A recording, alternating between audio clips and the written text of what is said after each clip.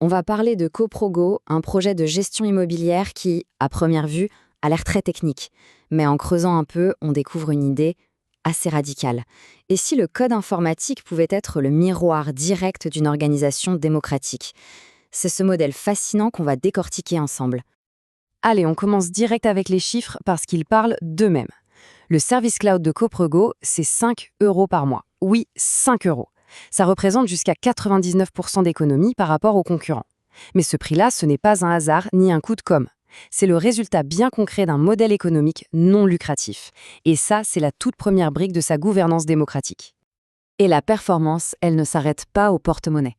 L'impact écologique est tout aussi bluffant, 0,12 g de CO2 par requête. Pour mettre ça en perspective, c'est entre 7 et 25 fois plus efficace que la norme du secteur. Cette sobriété numérique, ce n'est pas juste un objectif technique pour faire joli, c'est une valeur fondamentale qui est gravée au cœur du projet et protégée par toute sa structure. Forcément, des chiffres pareils, ça interpelle. La question est donc toute simple. Comment une petite structure associative arrive à être aussi efficace, à la fois sur le plan économique et écologique? C'est quoi le secret? Eh bien, le secret, le voilà. C'est ce parallèle à la fois simple et super puissant. L'architecture technique de Coprogo est le reflet exact de sa gouvernance démocratique. Chaque choix technique est en fait un choix de société. Les valeurs, elles ne sont pas juste écrites dans un document qui prend la poussière. Elles sont littéralement compilées dans le logiciel. Bon, voyons comment ça marche concrètement. Le logiciel est organisé en 3 couches, 3 niveaux bien distincts. Et chaque couche correspond pile poil à un niveau de pouvoir et de décision dans l'association. C'est une sorte de démocratie en couche logicielle. Tout au cœur du système, on a la couche domaine. C'est la logique métier pure. En gros, ce sont les règles fondamentales qui définissent ce que fait le logiciel. C'est son ADN. Cette couche, elle est aussi stable et protégée que la mission de l'association. D'ailleurs, pour la modifier, il faut un vote à la majorité des 2/3 en assemblée générale. C'est, ni plus ni moins, la constitution du projet. Juste au-dessus, on trouve le deuxième niveau, la couche application. On peut la voir comme le chef d'orchestre. Elle ne change pas les règles du jeu définies dans la couche domaine, mais elle les utilise, elle les applique, elle coordonne les différentes tâches. C'est exactement le rôle du conseil d'administration, qui met en œuvre la stratégie sans jamais toucher à la mission fondamentale. Et enfin, la couche la plus externe, l'infrastructure. Là-dedans, on trouve tous les outils concrets, les bases de données, les API, etc. Cette couche est super flexible, on peut changer les outils facilement.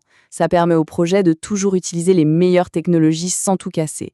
Et qui gère ça? Les mainteneurs techniques. C'est une méritocratie. Les décisions sont prises par ceux qui ont la compétence et qui contribuent le plus.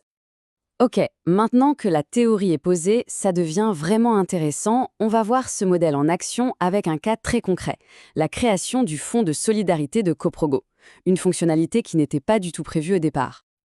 Alors, tout part d'une idée postée sur GitHub. Elle récolte 89 votes de la communauté. Ça, c'est la démocratie directe. Ensuite, cette idée est transformée en une proposition officielle, qui est examinée puis votée à l'unanimité par le conseil d'administration. Là, on est dans la démocratie représentative. Une fois que c'est validé, les mainteneurs techniques s'y mettent et la développent avec des méthodes agiles. C'est la méritocratie qui parle. Et pour finir, le code est public, tout le monde peut le voir et un rapport est présenté à l'Assemblée générale. Ça, c'est la transparence radicale. Chaque étape est une validation du système. Cette structure, avec ses différentes couches, ce n'est pas juste une belle idée sur le papier. En pratique, ça crée des garde-fous hyper puissants qui protègent le projet contre les menaces les plus classiques dans le monde de la tech. Et ce qui est vraiment brillant, c'est que pour chaque menace, il y a une double protection, une technique et une humaine. Prenons le risque de dérive commerciale, par exemple. Côté technique, le code est sous licence AJPL-3.0. En gros, ça oblige quiconque l'utilise à partager ses modifications. Ça empêche une boîte de s'approprier le projet en secret. Et ce rempart technique est doublé par un rempart humain, le vote de l'AG. Autre risque, la dépendance à une technologie. La parade technique, c'est l'architecture hexagonale qui permet de changer de fournisseur facilement.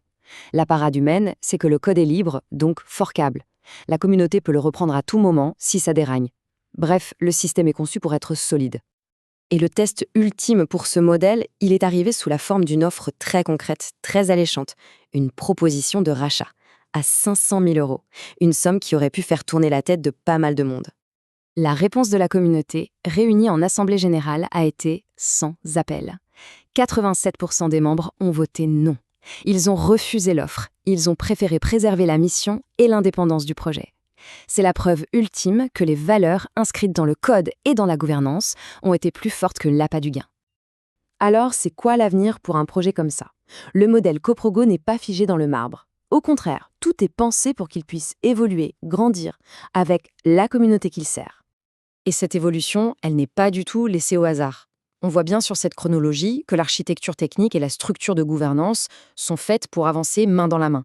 On part d'un simple serveur géré par une seule personne pour évoluer vers des technos plus complexes comme Kubernetes qui permet de gérer des applications à très grande échelle, tout en passant d'un projet solo à une association, puis demain à une coopérative.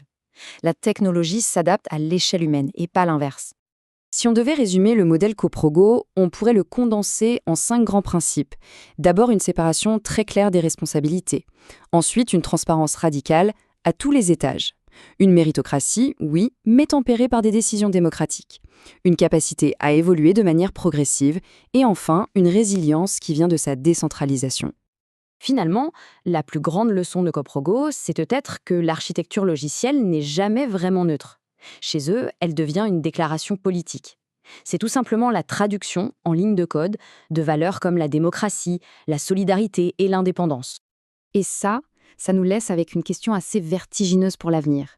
Et si le futur des logiciels n'était plus seulement l'affaire de start-up qui cherchent le profit, mais de communautés unies autour de valeurs communes? Coprogo nous donne en tout cas une piste de réponse qui est absolument fascinante.